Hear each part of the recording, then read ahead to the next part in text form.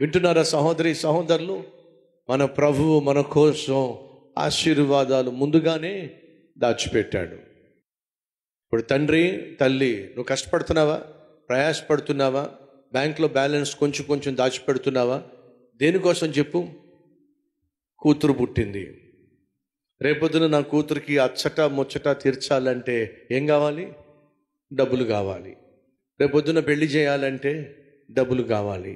ప్రేమించే తండ్రి, ప్రేమించే తల్లి ఏం చేస్తారు చెప్పండి?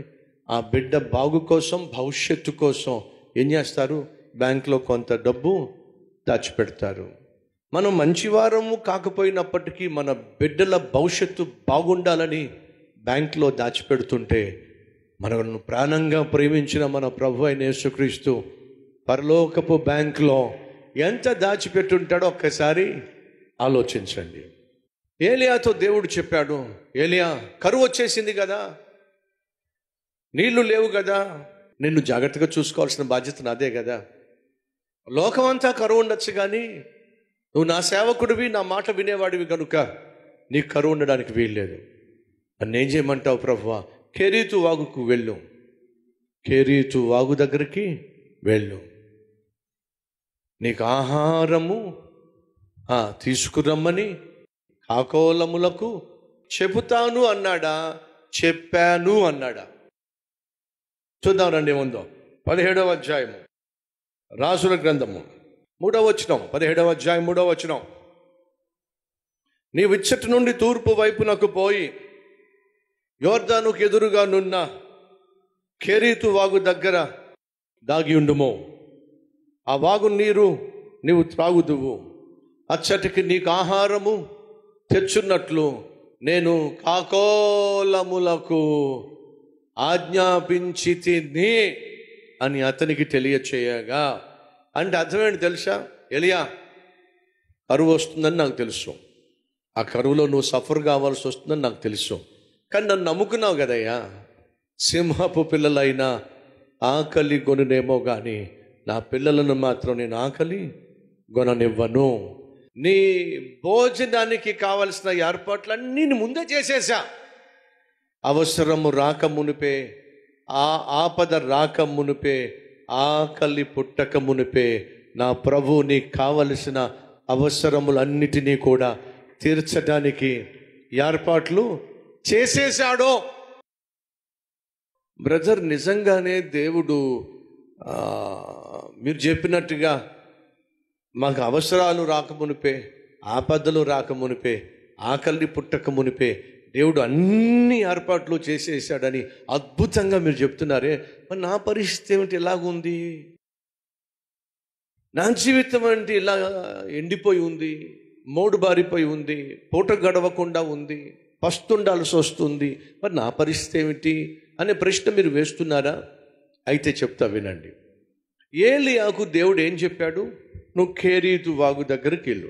ఎగ్జాంపుల్, ఇది కెరీతు వాగు అనుకుందాం.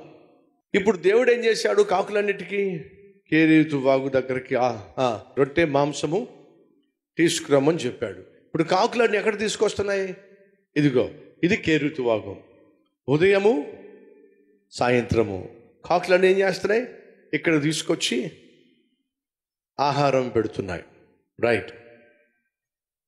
ఇప్పుడు కెరీతు వాగు దగ్గరికి వెళ్ళకుండా, ప్రభు ఇక్కడ మంచి గార్డెన్ ఉంది, ప్రభు ఇక్కడ చాలా చక్కని పూలు ఉన్నాయి, ఇక్కడ తోట ఉంది అని చెప్పి ఒకవేళ కెరీతు వాగు దగ్గరికి వెళ్ళకుండా ఏలియా గనుక ట్యాంక్ బండ్ దగ్గరికి వచ్చాడు అనుకోండి, మీకు అర్థం కావాలి కాబట్టి, ఎక్కడికి?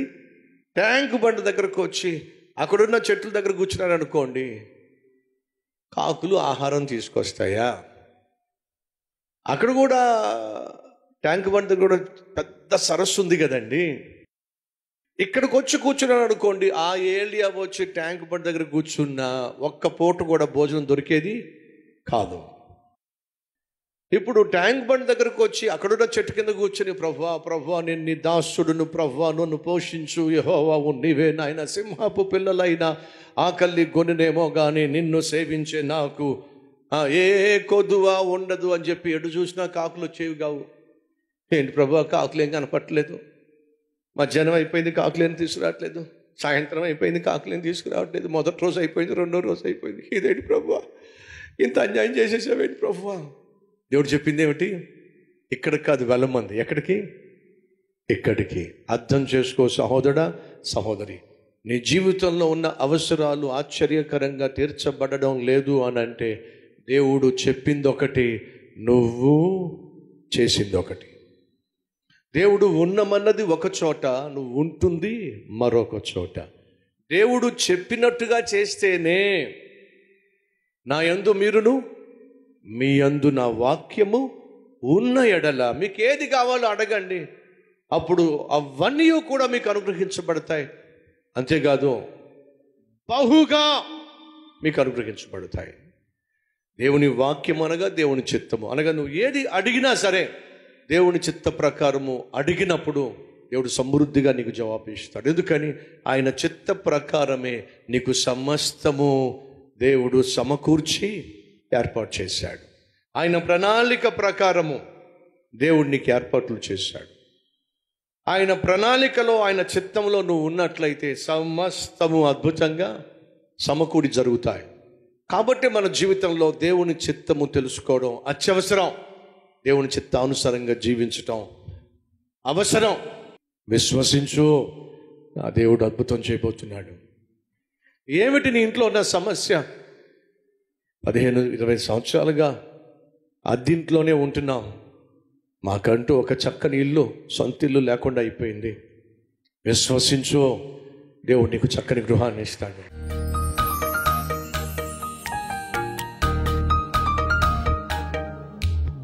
పరిశుద్ధుడా, నీ వాక్యం మేము విన్నాం, విశ్వసించాం, విధేయత చూపిస్తున్నాం, విజయాన్నే పొందుకోబోతున్నాం. అటు ఆత్మీయంగా, ఆరోగ్యంగా, ఆర్థికంగా, అన్ని విషయాల్లో నీ విజయాన్ని, నీ అద్భుతాన్ని ప్రార్థనలో పొందుకోబోతున్నాం.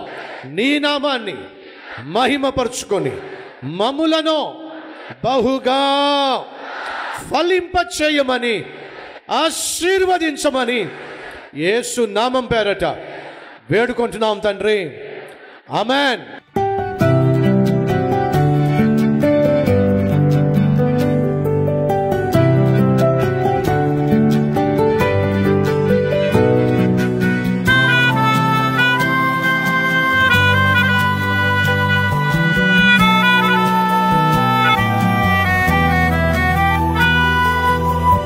సందేశం మీకు ఆశీర్వాదకరంగా ఉంటే 10 మందికి షేర్ చేయండి, లైక్ చేయండి, మీకు నచ్చిన కామెంట్ పెట్టండి. మళ్ళా రేపు ఇదే మార్నింగ్ డివోషన్లో కలుసుకుందాం. షలోమ్.